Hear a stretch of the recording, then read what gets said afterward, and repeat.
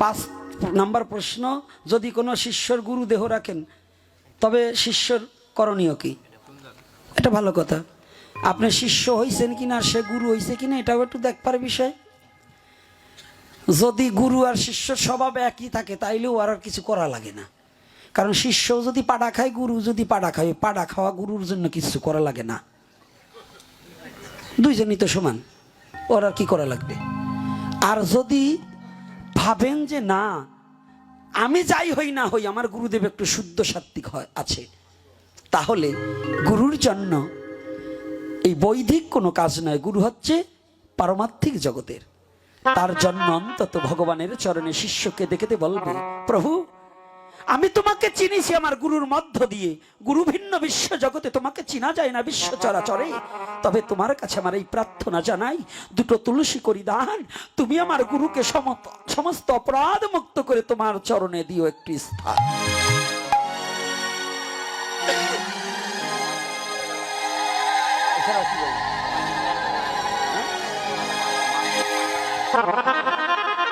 আর একটা কথা আছে, গুরুদেব মারা গেলে এর মধ্যে একটু আছে, অন্তত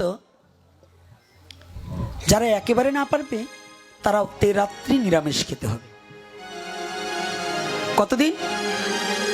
একবারে না পারলেও গুরুদেব দেহ রাখলে, সে যেই হোক, এটা বললাম লাস্টের কথা, যেই হোক, আপনি তো তাকে গুরু রূপে বরণ করেছিলেন, তাই তো বাবা? তাহলে সে যেই হোক, ওটা তো আগেরটা বললাম একটু শাসন করার জন্য, আর পরেরটা বলছি সাম্যতা রক্ষা করার জন্য। সে যেই হোক, আপনার গুরু যদি দেহ রাখে, অন্তত রাত্রি পালন করে সাধুগুরু বৈষ্ণবের সেবা দেবেন। রাধে রাধে, মনে থাকবে তো? ষষ্ঠ প্রশ্ন করছে দান। সনাতন ধর্মের 4 বর্ণ আশ্রমের আছে কিছু কিছু যথার্থ ব্যবহার বিধি, আমরা জানি না, ব্যবহার বিধিগুলো ব্যাখ্যা করুন। এইটা 4 বর্ণের সম্বন্ধে প্রথম কি? হ্যাঁ, প্রথমটা কি? 4 বর্ণের প্রথমটা কি? তারপরে বানপ্রস্থ। বাহ, তাহলে প্রথমটা কি? এই যুবক ছেলে বলবে বুড়ো কাটার কথা শুনবো না, আর কিছু ধরারও নাই পড়ারও নাই, ও দিয়ে কি করবো? যেগুলোর গাছে ধরবে তলায় পড়বে ওই কটার আজকে বানাই থুয়ে যাই। তাহলে কি প্রথমটা কি? ব্রহ্মচর্য। আচ্ছা, ব্রহ্মচর্য আমরা রক্ষা করা শিখেছি, জানি ব্রহ্মচর্য কাকে বলে। তাহলে কি? গুরুদেবের চরণে আত্মসমর্পিত চিত্ত করতে হয়, তাতে নিজেকে ধরে রাখার কলা কৌশল শিখতে হয়। নিজেকে ধরে রাখার মানে কি? যে সুপ্রিম পাওয়ারে আমি চলছি, যাকে বীর্য বলা হয়, এই বীর্যকে সংরক্ষণ করা যে তত্ত্ব জানা যায়, এটাকেই ব্রহ্মচর্য বলা হয়। এই ব্রহ্ম কি তেজ কিংবা জ্যোতি, সেটা কোন মধ্যে বীর্য রূপে আমার মধ্যে যেটা প্রতিষ্ঠিত আছে, তাকে ধরে রাখা, এই বীর্যকে ধারণ করে রেখে পরম ব্রহ্মের সন্ধান করা, তাকে ব্রহ্মচর্য প্রতিপালন করা হয়। এইবার তারপরে কি? ব্রহ্মচর্য রক্ষার পরে গাইরস্থ। কি গাইরস্থ মানে কি? সংসার জীবনে যারা করবে তাদের জন্য সংসার জীবন আছে। সংসার জীবন আজকাল এই আমাদের সনাতন ধর্মে আগে বিধবার সংখ্যাটা বেশি ছিল। এর কারণ কি জানেন? ছেলের বয়স 45 বছর, মাইয়ে আনছে এটা 13 বছর। একটু বলুন দেখি, করেন থেকে বিবেচনা, ওই 45 বছরের ছেলে যদি 13 বছরের মাইয়ে বিয়ে করে, 10 বছর পরে ওটি মরবে না? তো ওই মাইয়েটার অবস্থা কি হবে? এই জন্য সনাতন ধর্মের এই বিধিটাকে পরিত্যাগ করে বলছে, এখন যে আমাদের আয়ুটা খুব অন্তত 25 থেকে 28 বছরের মধ্যে সংসার তার বাধ্যতামূলক করা দরকার। 28 বছরের ওই পাশে গেলে একটা সন্তান মানুষ করার মতো মন মানসিকতা থাকে এবং পারেও না। পারে? একটু বলি, কেউ রাগ করবেন না, একটা নিঘুর কথা বলবো, কেউ কষ্ট পাবেন না। আজকাল এই লাভ জিহাদের মধ্যে এই যুবতী মেয়েদের চেয়ে ওই বিয়ে হওয়া মহিলারা একটু বেশি পড়তেছে ইদানিং। আর এই ইয়াং জেনারেশন ছেলেগুলোও অবিয়েত ছেলে বিয়ে এলাম মহিলা নইয়ে দৌড়ি করে। এর মেন কারণ হচ্ছে ওরা ওই মোবাইল দেখে নিজেরা ওই অশ্লীল চিত্র দর্শন করে, ছাপ পড়ে ওদের মনে। আর ওই যে নারীগুলো যায়, ওরা হচ্ছে একটা অপয়া মহিলা, যারা নিজের চরিত্রকে কন্ট্রোল করতে পারে না। মা তো সবাই হতে পারে না, পারে মা? মা হওয়াটা বড় কঠিন। তাই ওরা কি করছে, সমাজকে এবং জাতিকে ধ্বংস করার নিমিত্তে ওরা বাচ্চা ফেলেও অনেকে চলে যায়, যায় না? এর দুটো কারণ আছে। এর একটা কারণ হচ্ছে, একটা ছেলে যদি 45 বছর বয়সে ওই রকম একটা মেয়েকে বিবাহ করে, তারও একটা দৈহিক চাহিদা আছে, তারও দৈহিক একটা খাবার আছে, যে খাবারটা মা বাবা দিতে পারে না। ওই খাবারটার জন্যই একটা নারীকে তার স্বামীর হাতে অর্পণ করে দেয়, তাই না? তা আপনি যদি 35 বছরে বিবাহ করেন, 40 বছরে বিবাহ করেন, আজকাল 40 বছরের একটা ছেলের পূর্ণাঙ্গ যৌবন থাকে না। কি না মিথ্যা বলছি বলুন? কি বাবা মিথ্যা? যত শিক্ষিত ভদ্রলোক আছেন এখানে, আমার মতো অশিক্ষিত একটাও নেই। এই কারণেই এই সমস্যাটা ঘটে। এজন্য আপনারা অনেকে আছেন, আমার মেয়েকে বিয়ে পাশ করাবো, অমক পাশ করাবো, তমক পাশ করাবো। পাশ করান, লেখাপড়া শেখার দরকার আছে, কিন্তু তার উপযুক্ত সময়ে তাকে বিবাহ বন্ধনে আবদ্ধ করা, এটা আপনার নৈতিক কর্তব্য। এটা কি নৈতিক কর্তব্য? যে পিতামাতা তার সন্তানকে উপযুক্ত সময় বিবাহ না দেয়, এটা তার ব্যর্থতা। ওই সন্তান যদি অপকর্ম করে, এজন্য দায়ী তার মা বাবা। রাগ করছেন নাকি?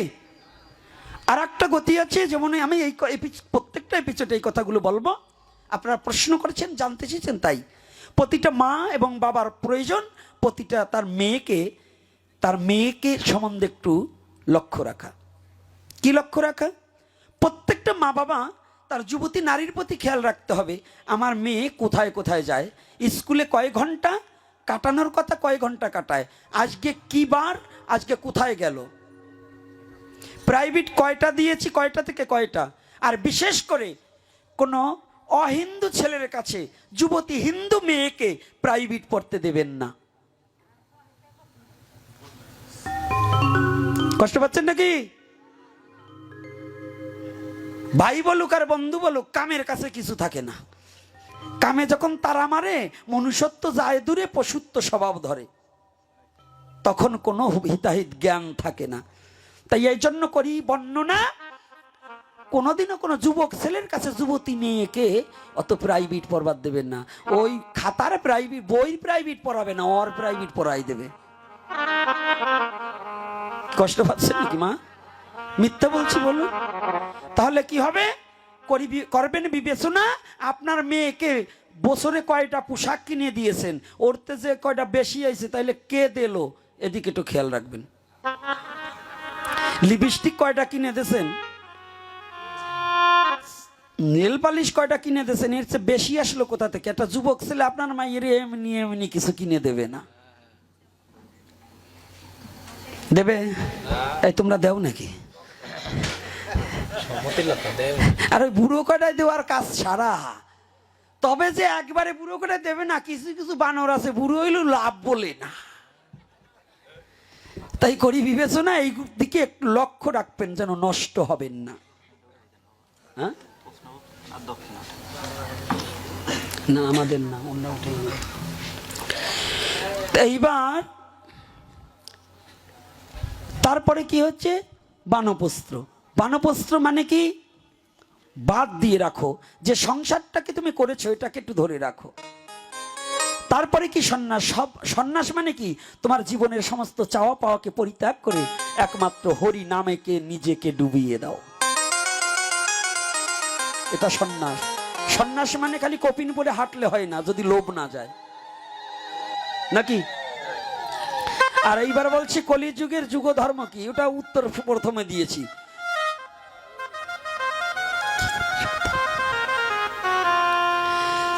ভগবান কি কোনো যুগ ধর্মে সীমাবদ্ধ? হ্যাঁ, চারি যুগে ভগবান, একই ঈশ্বর চারি যুগে চারি রূপে এসেছে। ওই লীলাটা তার যুগ ধর্ম প্রবর্তনম, যুগের মধ্যে সীমাবদ্ধ। দাপর যুগে যে লীলা করেছে সেই লীলা কলির যুগে করতে পারে নাই। তিতায় যে লীলা করেছে সেটা দাপরে করতে পারেনি। এজন্য যুগের লীলা যুগের সীমাবদ্ধ। অষ্টম প্রশ্ন করছে দান সনাতন ধর্ম একই ঐক্যমতে আসতে হলে আমাদের কি করণীয়? এটা তো বলছি বাবা, আগে হিংসাকে আর বর্ণবাদ দূরীভূত করতে হবে। তাই না? হিংসা যতদিন পর্যন্ত আছে তাহলে ততদিন পর্যন্ত একমত হতে পারবো না। 9 নম্বর প্রশ্ন করছে দান, হিন্দু সম্প্রদায় কখনোই জড়জগতে আসে এবং কিভাবে? হিন্দু সম্প্রদায় জড়জগতে, তারও সমাধান হয়ে গেছে, হয়েছে না? হিন্দু সম্প্রদায়, তাহলে হিন্দুর। আর সনাতন যদি বলেন, যখন পৃথিবীতে কোনো সাল ছিল না, যেন বঙ্গাব্দ ছিল না, খ্রিস্টাব্দ ছিল না, হিজরি ছিল না, কোনো গণনা ছিল না, তখন থেকে সনাতন ধর্ম প্রবাহমান। এজন্য সনাতন ধর্মের কোনো সাল নক্ষত্র দেওয়া নেই, আদি অন্ত সনাতন। কিন্তু হিন্দু কথাটা ওই যে আমি আগেই সেরে দিয়েছি। এইবার 10 নম্বর প্রশ্ন করছে দান, যখন সমাজে দুর্নীতি বেড়ে যায় তখন কি ধর্ম আচার ব্যবহারতা বেড়ে যায়? না, ধর্মের আচার বাড়ে না, ধর্মটাকে আশ্রয় করিয়া শয়তানগুলো বাঁচতে চায়। ধর্মের আচার বাড়ে না, কিন্তু ধর্মকে আশ্রয় করিয়া শয়তানগুলো বাঁচতে চায়। এইবার এখানে করছে প্রশ্নদান, বংশ পরম্পরা ব্রাহ্মণ ক্ষত্রিয় বৈশ্য শূদ্রাদি বর্ণ সমূহ প্রচলিত রয়েছে, তাহা সম্পূর্ণ প্রকৃতির নিয়ম বিরোধী ও অবাস্তব। তাই এই অবাস্তব অসত্য প্রচলিত নিয়মকে সনাতন সমাজ থেকে কিভাবে বিলুপ্ত করা যাবে?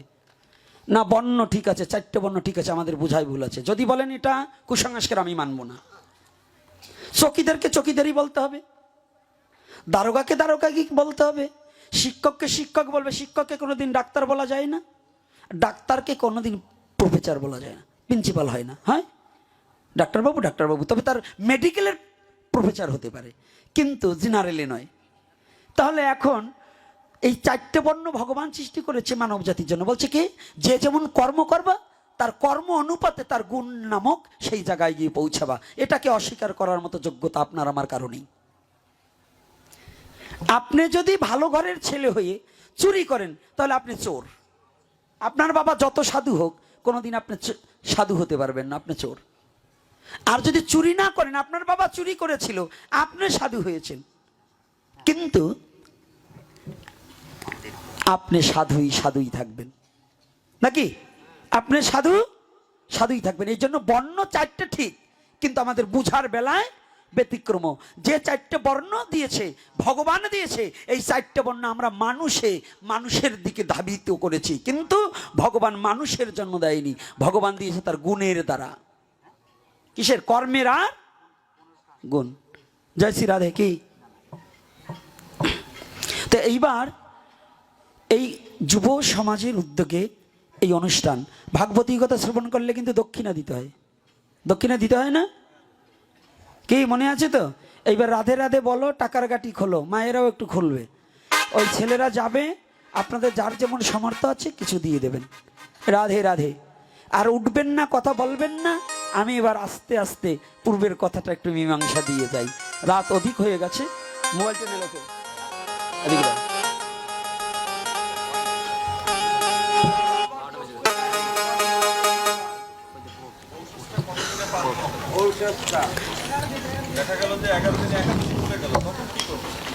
এখন শাস্ত্রের বিধি নিষেধ আপনাকে আমি বারংবার বলছি যে শ্রাদ্ধ তত্ত্ব সম্বন্ধে আমার অনেক এপিসোড আছে। আগে শুনুন, আমার অনেক এপিসোড আছে। একই কথা যদি বারংবার আমি বলি, সবাই এই ইউটিউব দেখে বলবে যে উনি এর বাইরে আলোচনা করে না এবং জানে না। এখানে হচ্ছে সমস্ত জাতির জন্য 11 দিন ঔষধ। যদি একাদশী পড়ে তাহলে 12 দিনে শ্রাদ্ধ কার্য করিবে, একাদশীতে করিবে না। সমস্ত জাতির জন্য 11 দিন ঔষধ, কিন্তু যদি 11 দিনে একাদশী এসে উপস্থিত হয় তাহলে একাদশীর দিনে শ্রাদ্ধ কার্য করা কভু উচিত নয়। দ্বাদশীতে শ্রাদ্ধ কার্য করিয়া সেই আত্মার পারলৌকিক ক্রিয়া সুসম্পন্ন করিবেন। আরে যেতে হয়, তোমাদের ওই ভাব করতে করতেই তো সময় আইটি যায়, তাহলে তোমরা কখন কি করবা? তো এইবার দেখুন, এদিকে অক্রূর মহামণি বেরিয়ে দেখতে পায় কংসের অনুচররা এসেছে হেতায়।